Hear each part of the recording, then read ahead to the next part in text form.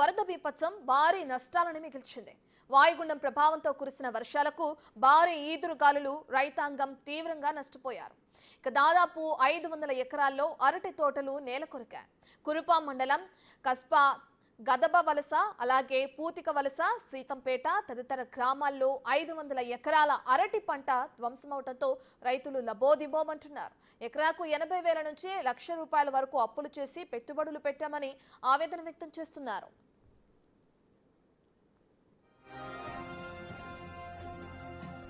ఇక సాలూరు మండలంలో 100 ఎకరాల్లో అరటి, మొక్కజొన్న పంట నష్టం జరిగింది. మరో నెల రోజుల్లో పంట చేతికొస్తుందనగా గాలుల బీభత్సంతో పంట పూర్తిగా దెబ్బతింది. బొబ్బిలిలో కూడా అరటి పంట పూర్తిగా ధ్వంసమైంది. గాలుల బీభత్సానికి పూర్తిగా నేల కొరికింది. వ్యవసాయ అధికారులు పంట నష్టం అంచనా వేసి ఆదుకోవాలని రైతులు కోరుతున్నారు. అది లింగాలవలస గ్రామం అండి.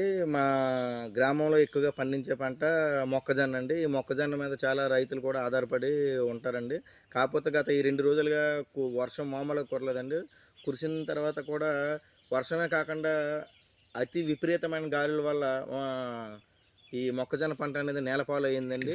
ఈ పంట వల్ల మాకు చాలా చేతికొచ్చిన పంట నేలపాలు అయ్యేసరికి రైతులు మేమందరం ఆందోళన ఉన్నామండి. తక్షణమే మాకు 2 నుంచి 3 ఎకరాల దాకా ఈ పంట నష్టం అయిందండి. ఇక్కడే కాకుండా వెనకాతలు కూడా కొంచెం పర్వాలేదండి. ఇది మరీ దారుణంగా గురైందండి. దీనివల్ల మాకు 2 నుంచి 3 లక్షల వరకు ఆర్థికంగా చాలా లోటుగా వెళ్ళిపోన్నామండి. దయచేసి ప్రభుత్వం తగిన చర్యలు తీసుకుంటామని, మా మొక్కజొన్న రైతులను ఆదుకుంటుందని మనస్ఫూర్తిగా కోరుకుంటున్నాను. ఇక శ్రీకాకుళంలో గత 2 రోజులుగా కురిసిన వర్షాలకు భారీగా పంట నష్టం జరిగింది. శ్రీకాకుళం, టెక్కలి, పాతపట్నం, నరసన్నపేటలో పంటలు నీట మునిగాయి. ఇక పొలానికి అటు మండలంలో 2,000 ఎకరాలకు పైగా వరి పంట ధ్వంసమైనది కూడా తెలుస్తుంది. పాతపట్నం నియోజకవర్గంలో 1,000 ఎకరాల పంట నీట మునిగింది. గారా మండలంపై వరద ప్రభావం భారీగా ఉంది. వరి రైతులు ఎక్కువగా నష్టపోయారు. ఇక నిన్న సాయంత్రం నుంచి గొట్టా బ్యారేజ్ కి వరద ఉధృతి తక్కుముఖం పట్టింది. గొట్టా బ్యారేజ్ వద్ద 1వ ప్రమాద హెచ్చరిక కొనసాగుతుంది. పంట నష్టాలను అంచనా వేయాలని మంత్రి అచ్చెన్నాయుడు అధికారులను ఆదేశించారు. కళింగపట్నం వరద ప్రభావిత ప్రాంతాల్లో ఎమ్మెల్యే గుండు శంకర్ పర్యటించారు. పాలకొండలో అరటి పంట భారీగా ధ్వంసమైంది. ఎమ్మెల్యే జయకృష్ణ వరద బాధితులను పరామర్శించారు.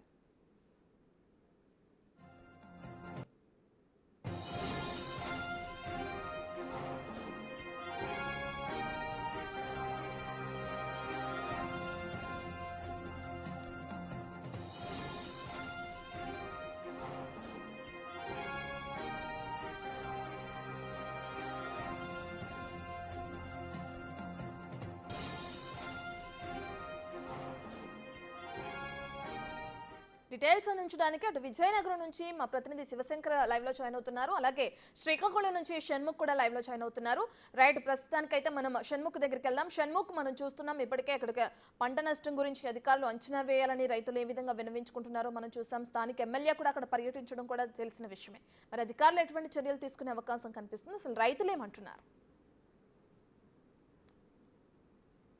రత్న మనం చూసుకున్నట్టయితే రైతులైతే మాత్రం తీవ్రంగా ఆవేదన వ్యక్తం చేస్తున్నటువంటి పరిస్థితి. ఎందుకంటే ఇప్పుడు ప్రస్తుతం అయితే మాత్రం మనం నరసన్నపేట మండలం పోలాకి దగ్గర మనం ఉన్నాం. చూసుకున్నట్టయితే అది కనిపిస్తున్నది మొత్తం ఏదైతే ఉంది, ఇప్పుడు మనకి ఏదైతే కనిపిస్తుందో అదంతా కూడా సముద్రాన్ని తలపించేలాగా ఉంది. అదంతా కూడా పంట మునిగిపోయిన వరి పంట మునిగిపోయినటువంటి పరిస్థితి. సుమారుగా ఇక్కడ మనకి ఇంకా ఏమీ కనిపించట్లేదు, ఓన్లీ వాటర్ మాత్రమే కనిపిస్తుంది. అదంతా కూడా మొత్తం వరి పంట మునిగిపోయింది. సుమారుగా ఇదంతా ఈ చుట్టుపక్కల ప్రాంతాలు కూడా ఇలాగే ఉన్నాయి. సుమారుగా ఇక్కడే 2,000 ఎకరాలు నీట మునిగినటువంటి పరిస్థితి. ఇక్కడ మనం చూసుకున్నట్టయితే ఇప్పుడు ఇక్కడ కనిపిస్తుంది ఏదైతే ఉందో ఇది మొత్తం ఆ పిల్ల కాలువ. ఈ కాలువ ఏదైతే కాలువకు అటువైపు ఆ తర్వాత ఇటువైపు 2 వైపులు కూడా పూర్తిగా నీట మునిగినటువంటి పరిస్థితి. అటువైపు వెళ్ళేటటువంటి ప్రయత్నం చేసినప్పటికీ కూడా అది పూర్తిగా ఉధృతంగా ఉండటం వలన మునిగిపోయే పరిస్థితి ఉంది. కాబట్టి అటువైపు వెళ్ళలేకపోయినటువంటి పరిస్థితి. కాకపోతే మనకు క్లియర్ గా కనిపిస్తుంది. ఓవరాల్ గా చూసుకుంటే ఇక్కడ 2,000 ఎకరాలకు పైగా నీట మునిగినటువంటి పరిస్థితి. ఒకసారి మనం ఇటువైపు చూసుకున్నట్టయితే ఇటువైపు కూడా చూడొచ్చు ఎంత ఉధృతంగా ఉంది. వాటర్ మొత్తం మునిగిపోయినటువంటి పొలాలు మొత్తం మునిగిపోయినటువంటి పరిస్థితి. ఇక్కడ చూస్తే ఇంకా ఇప్పుడు నిన్న నైట్ నుంచి కొంతవరకు వాటర్ తగ్గింది అని చెప్పేసి ఇక్కడ రైతుల్ని అడిగితే చెప్తున్నటువంటి పరిస్థితి. వాళ్ళు కూడా అదే నైట్ చూసుకున్నట్టయితే నిన్న మధ్యాహ్నం ఈ రోజు రాత్రి చూసినట్టయితే మాత్రం చాలా దారుణంగా ఉండేటటువంటి పరిస్థితి. ఇది చెరువును తలపిస్తుంది. కాకపోతే ఇదంతా వరి పొలం. ఈ వరి పొలం ఏదైతే ఉందో ఇలాంటి పరిస్థితి ఉండేటప్పుడు రైతులు ఎలాంటి ఆవేదన వ్యక్తం చేస్తారు అనేది మనం క్లియర్ గా అర్థం చేసుకోవచ్చు. ఆ అంటే ఇంకా పూర్తిగా వాళ్ళు ఎన్ని ప్రయత్నాలు చేసినా, తరువాత ఎండెక్కినా, ఏం చేసినా గానీ ఇక్కడైతే మాత్రం పంట చేతికొచ్చేటటువంటి పరిస్థితి లేదు. మనం ఒకసారి చూడొచ్చు. లోపలికి వెళ్ళేటటువంటి ప్రయత్నం కూడా చేద్దాం. ఇక్కడ చూసుకుంటే ఇక్కడ స్టార్టింగ్ లోనే ఇంత లోతు ఓవరాల్ గా మునిగిపోయినటువంటి పరిస్థితి మీరు చూడొచ్చు. ఇవన్నీ ఈ కంకిలు ఏవైతే ఉన్నాయో ఇవన్నీ కూడా వరివే. ఇవన్నీ కూడా ఇది మొత్తం పంట మునిగిపోయినటువంటి పరిస్థితి. ఇలాంటి పరిస్థితుల్లో ఆ వరద తగ్గుముఖం పట్టినప్పటికీ కూడా వాటర్ ఏదైతే ఉందో వాటర్ని తరలించినప్పటికీ కూడా పంట అయితే మాత్రం చేతికొచ్చేటటువంటి అవకాశం ఏమాత్రం కూడా లేదు రత్న. ఇంకా అధికారులు ఎవరైతే ఉన్నారో పంట నష్టం ఎంతవరకు జరిగింది అనేది అంచనా వేసేటటువంటి ప్రయత్నం చేస్తున్నారు. అయితే మంత్రి అచ్చెన్నాయుడు కూడా దీనిపైన అంచనా వేయండి అని చెప్పేసి చెప్తున్నారు. కానీ ఎంత అంచనా వేసినా కూడా పంట నష్టం అనేది, నష్టపరిహారం అనేది కొంతవరకు ఇచ్చేటటువంటి అవకాశం ఉన్నప్పటికీ కూడా రైతులు ఎవరైతే ఉన్నారో రైతులు దీంతో సంతృప్తి చెందే అవకాశం ఖచ్చితంగా ఉండదు. ఎందుకంటే వాళ్ళు కష్టపడి పంట పండించుకొని దాని ద్వారా వచ్చినటువంటి ప్రతి రూపాయితో వాళ్ళు సంతృప్తి చెందే అవకాశం ఉంటుంది. కానీ మొత్తం 6 నెలల పాటు కష్టపడి పంటలు వేసి, ఎరువులు వేసి, ఇవన్నీ చేసిన తర్వాత పంట చేతికొచ్చేటటువంటి సమయంలో ఏదైతే ఉందో పంట పోయింది అనేటప్పుడు ఎవరు కూడా హ్యాపీగా ఉండేటటువంటి పరిస్థితి ఉండదు. కానీ ఎప్పుడు వర్షం పడినా కానీ, ఎప్పుడు వరదలు వచ్చినా కానీ ఇదే పరిస్థితి. ఏడాది మొత్తం ఎలాంటి పరిస్థితే ఉంటుంది రత్న. కాబట్టి వీళ్ళు రైతులను అయితే మాత్రం ఆవేదన వ్యక్తం చేస్తున్నారు. దీనికి సంబంధించి మనం ఇక్కడ చూడొచ్చు. ఓవరాల్ గా చూసుకున్నట్టయితే ఇక్కడ మొత్తం ఇక్కడ ఏమీ కనిపించట్లేదు. నిజంగా ఆవేదన మా రైతులకే కాదు, చూస్తున్న మనకు కూడా ఆవేదన చెందేటటువంటి పరిస్థితి.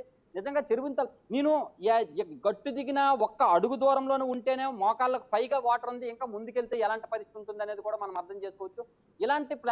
ఇలాంటి పొలాల్లో ఏ రకంగా వ్యవసాయం చేస్తారో, ఒకవేళ వ్యవసాయం చేసిన వాళ్ళకి ఏం దిగుబడి వస్తుంది, సంవత్సరాలు దశాబ్దాలుగా ఇక్కడే వ్యవసాయం చేస్తూ ఎలా ఉంటున్నారు అనేది. ఎందుకంటే మనకు ఒక్కసారి ఒక కష్టం వచ్చిందంటేనే మనం బాధపడేటటువంటి పరిస్థితి. కానీ ప్రతి సంవత్సరం, ప్రతి ఏడాది కూడా ఇలాంటి పరిస్థితి వచ్చేటప్పుడు వాళ్ళు ఏ రకంగా ఉంటారు, ఏ రకంగా ఆవేదన వ్యక్తం చేస్తారు, ఏ రకంగా ఆవేదన చెందుతున్నారు అనేది మనం క్లియర్ గా అర్థం చేసుకోవచ్చు. నిజంగా ఓ రకంగా చెప్పాలంటే ఎలాంటి లాభం కూడా లేకపోయినప్పటికీ కూడా ఇలా వ్యవసాయం చేస్తూ ఇలాగే ఉంటున్నందుకు నిజంగా రైతులకైతే మాత్రం దండం పెట్టాల్సినటువంటి పరిస్థితి. చెప్పండి షణ్ముఖ్, మీరు నుంచున్న ప్రదేశం నుండి చూస్తే తెలుస్తుంది మోకాళ్ళ లోతు నీరు అక్కడ చేరుకోవడం. సో వర్షాలు పడిన ప్రతిసారి పరిస్థితి అదే విధంగా ఉంటుంది అక్కడ? ఖచ్చితంగా ఇదే పరిస్థితి ఉంటుంది. ప్రతి ఏడాది కూడా ఈ ఏరియాలో, మెయిన్ ఈ ఏరియాలో పోలాకి మండలంలో ఉన్నటువంటి ఈ ఏరియాలో మాత్రమైతే సుమారుగా ఒక 2000 నుంచి 3000 ఎకరాలు ఏవైతే ఉన్నాయి, ఈ 3000 ఎకరాలు కూడా నీట మునిగిపోయినటువంటి పరిస్థితి. ప్రతి ఏడాది ఇలాగే ఉంటుంది. అధికారులు వస్తారు, సర్వేలు చేస్తారు, ఎవరెవరికి ఎంత నష్టం జరిగిందని దానికి తగ్గట్టుగా వాళ్ళకి ప్రభుత్వానికి తోచినంతగా వాళ్ళు సహాయం చేస్తూ ఉంటారు. కానీ పంట అయితే మాత్రం చేతికొచ్చేటటువంటి పరిస్థితి లేదు. కానీ అయితే ఒక క్వశ్చన్ అయితే మాత్రం ఇక్కడ రైజ్ అవుతుంది. ఇంత నష్టం జరుగుతూ ఉన్నప్పటికీ కూడా రైతులు ఎందుకు వ్యవసాయం చేస్తారు అనేటటువంటి ప్రశ్న రైజ్ అవుతూ ఉంటుంది. కానీ రైతులకైతే మాత్రం వ్యవసాయం చేయడం తప్ప రెండో మార్గం అనేది, ఒక భూమి ఇస్తే వాళ్ళకి రైతు వ్యవసాయం చేయడం తప్ప వాళ్ళకి రెండో మార్గం అనేది ఇంకేమీ తెలిసేటటువంటి పరిస్థితి లేదు. అయితే ఇప్పుడిప్పుడే దీన్ని చేపల చెరువులుగా మలిచేటటువంటి ప్రయత్నాలు కూడా చేస్తున్నప్పటికీ కూడా పూర్తిగా అయితే మాత్రం అలాంటి పరిస్థితి కూడా లేదు. మెయిన్ వరి పంటనే వేసేటటువంటి ప్రయత్నం చేస్తున్నారు. ఈ నష్టం ఇలాగే జరుగుతూ ఉంటుంది రత్న.